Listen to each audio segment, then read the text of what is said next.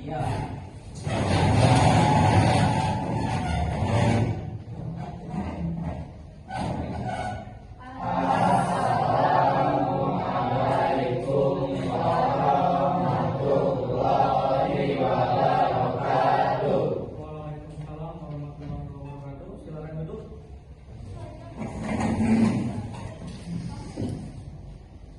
Oke, baiklah, sebelum kita mulai pembelajaran hari ini, silakan dipimpin doa terlebih dahulu. Untuk ketua kelasnya silakan dipimpin teman-temannya untuk berdoa sebelum memulai pelajaran pada pagi hari ini.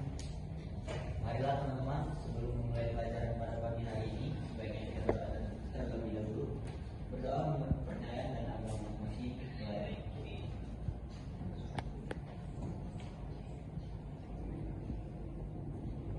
Doa selesai. Oke, gimana kabarnya?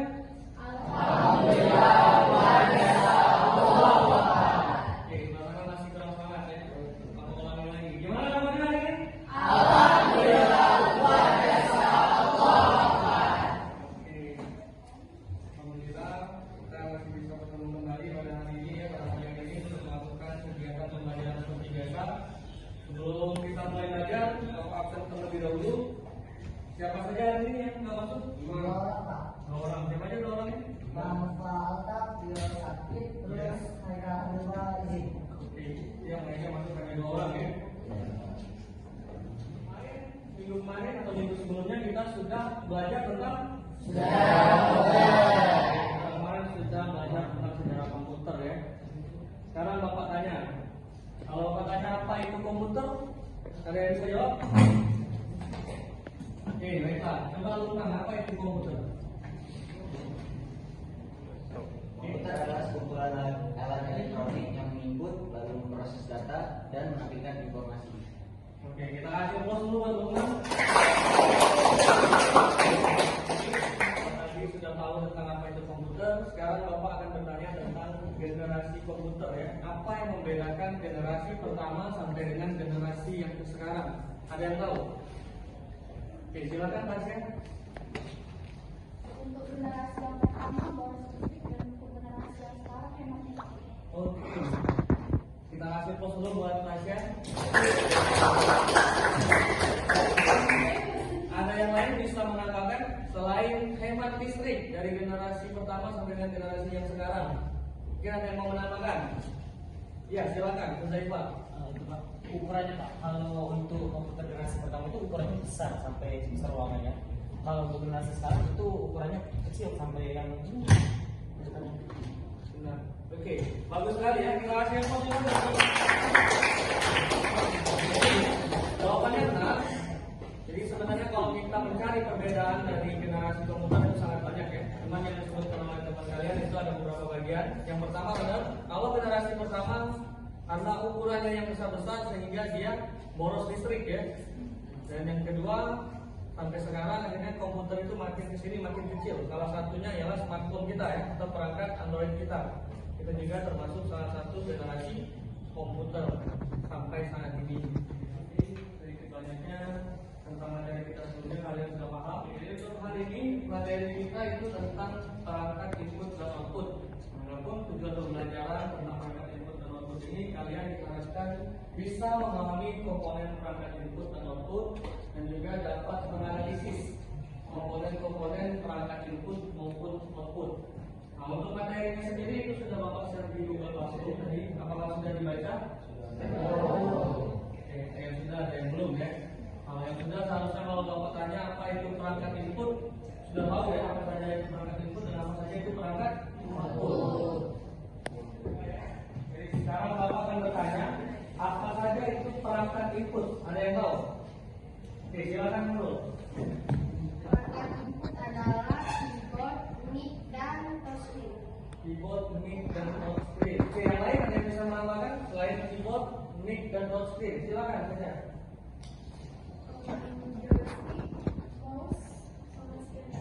Joystick, mouse, dan scanner ya. Jadi itu beberapa contoh komponen atau perangkat input pada komputer. Oke, nanti untuk perangkat input sudah disebutin sama teman-teman kamu. Sekarang perangkat komponen outputnya. Ada yang tahu apa saja perangkat komponen output? Jadi silakan, Keisha. Printer dan proyektor. Printer Kedua dan itu mikrofon. printer, proyektor dan Mikrofon. mikrofon. Oke, silakan duduk kembali, Keisha. Yang mau menambahkan lagi selain mikrofon? Ya silakan kembali. Monitor sama speaker. Monitor dan juga speaker ya. Oke, jadi itulah komponen-komponen perangkat output ya.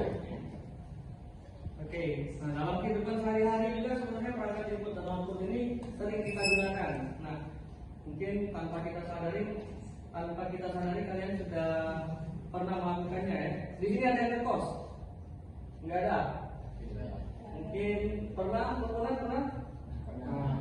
Nah, kalian mau mengangkat telepon, di situ terjadi yang namanya proses input dan output ya. Jadi saat kalian menyentuh tombol angkat telepon, di situ kalian sudah memakai komponen input ya. Nah, saat kalian mendengarkan suara, itu saat speaker kan mengeluarkan suara orang lain, disitulah komponen outputnya bekerja ya. Seperti itu. Kita lanjutkan kembali ya. Jadi kalian sudah baca materi yang bisa, jadi sudah sedikit banyak tahu yang mana komponen input dan yang mana komponen output ya. Jadi akan Bapak jelaskan sedikit kembali mengenai perangkat input. Jadi perangkat input itu merupakan sebuah perintah masukan pada komputer ya. Jadi apabila kalian mengetikkan huruf A pada keyboard, maka prosesor atau CPU itu akan memproses ke dalam bahasa mesin. Maka yang akan ditampilkan itu adalah huruf A ya. Begitu juga dengan sebaliknya dengan komponen output. Begitu kalian menekan tombol A pada keyboard, maka monitor akan menampilkan huruf A pada monitor. Seperti itu yang dimaksud dengan perangkat input maupun output. Nah, untuk keyboard dapat berfungsi, seperti yang dijelaskan di awal tadi ya. Tidak hanya angka, karakter khusus juga bisa kalian inputkan untuk melakukan perintah-perintah lainnya yang diperlukan seperti menyimpan file dan membuka file. Untuk jenis keyboard sendiri itu ada banyak. Yang di sini ditampilkan ada 3 ya. Yang pertama bentuk keyboard QWERTY yang sering kalian pakai yang ada di depan kita ini, bentuknya QWERTY. Dan yang kedua itu ada Dvorak. Dan yang terakhir itu ada Clock in Box ya. Nah, untuk portnya sendiri ada port serial PS2 dan juga ada port USB. Dan yang terakhir mungkin yang sering kalian pakai wireless ya, tanpa kabel untuk port keyboardnya sendiri. Nah, ini salah satu contoh konektornya. Yang di bawah itu adalah port PS2, baik mouse maupun keyboard itu ada. Yang di atas itu fisik keyboard 1/2 atau 5/16 ya. Selain keyboard, di komponen input itu ada mouse ya. Fungsinya untuk menggerakkan pointer ataupun cursor ya, sesuai keinginan si user atau pengguna tadi. Nah, mouse ini mulai digunakan secara maksimal sejak sistem operasi telah berbasis GUI atau Graphical User Interface. Jadi kalau belum menggunakan belum berbasis GUI atau masih berbasis CLI, mouse belum digunakan. Jadi masih menggunakan keyboard saja karena nggak ada pointernya ya yang mau digerakkan seperti itu. Nah, ini joystick. Joystick juga sama, merupakan komponen input pada komputer. Biasanya kalian yang sering main game, yang laki-laki dan cowok, misalnya main PS atau main mobil segala macam, biasanya sering menggunakan yang namanya joystick ini. Ada juga berupa pedal biasanya dia, ya setir mobil dan lain-lain. Nah, itu joystick dan game pedal ya kita sebutnya. Ini juga sama, ini juga termasuk ke dalam komponen input karena dia memberikan perintah gerakan diproses oleh prosesor, nanti outputnya akan dihasilkan seperti itu. Nah, ada juga barcode, mungkin ini yang nggak kepikiran ya. Kenapa barcode bisa termasuk ke dalam komponen input juga? Karena barcode ini kalau kalian ke Alfamart, pernah ke Alfamart? Nah, begitu barcode-nya di scan, maka yang akan muncul harga barangnya ya.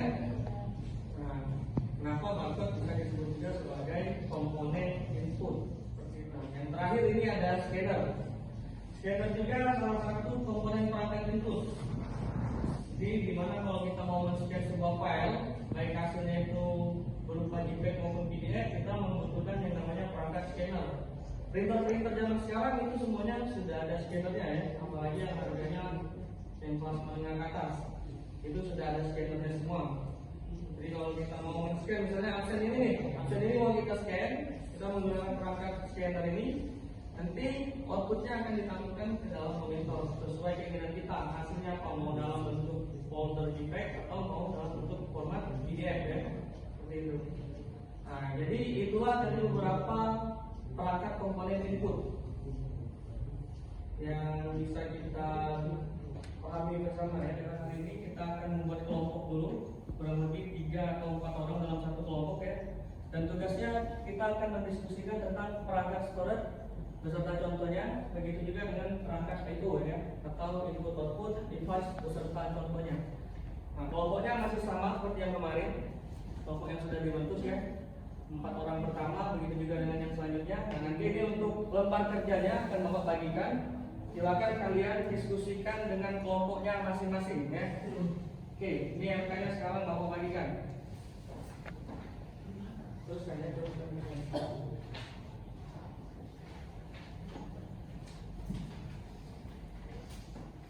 Dan jadi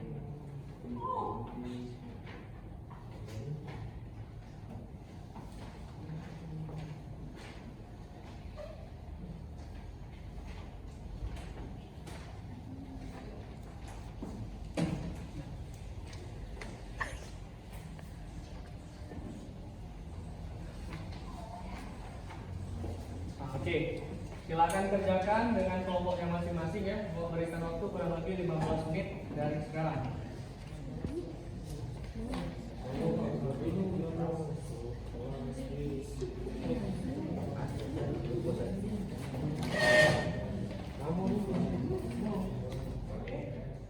Dari kelompok 1, 2, 3, 4, kelompok mana yang sudah siap mendiskusikan dan mempresentasikan hasil diskusinya? Oke, semuanya sudah siap ya. Baiklah, kalau gitu Bapak pilih kelompok 2 aja dulu yang untuk mempresentasikan pertama. Silakan.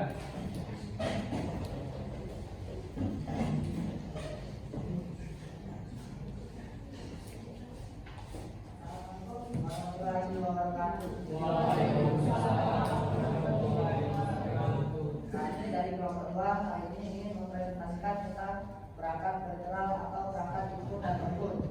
Saya Muhammad Rizky Pratama sebagai operator. Sebagai konsulen, saya mau Abdul dari Sodan Damlai sebagai operator. Saya Mariana Syakir sebagai teknisi manajer. Input device merupakan bagian yang berfungsi sebagai penghubung antara komputer dengan lingkungan di luarnya sebagai media komputer untuk menerima masukan dari luar. Terus fungsinya juga sebagai perangkat input dapat digolongkan menjadi 2 golongan, yaitu perangkat input langsung atau perangkat input secara tidak langsung.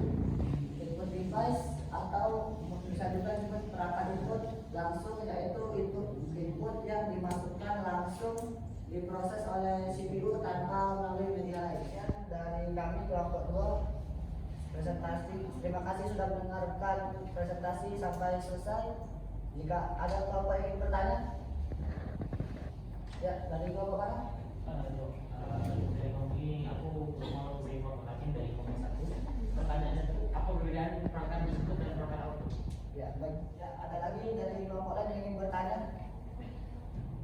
Ya, kamu berdiri. Perkenalkan nama saya Rizal Naji dan kelompok 3 saya ingin bertanya apa saja perangkat output. Pertanyaannya bagus, terima kasih. Dengan ini sesi tanya jawab ditutup. Terima kasih. Saya akan menjawab pertanyaan dari Muhammad Naji dari kelompok 3. Menurut kami, perangkat output adalah printer, plotter, monitor, dan proyektor. Apakah sudah jelas dengan jawaban kami? Jelas. Cukup jelas. Oke, terima kasih atas tanggapannya.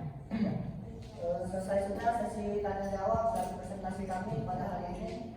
Kami dari kelompok 2. Terima kasih dari kalian semua yang sudah mendengarkan. Wassalamualaikum warahmatullahi wabarakatuh. Terima kasih.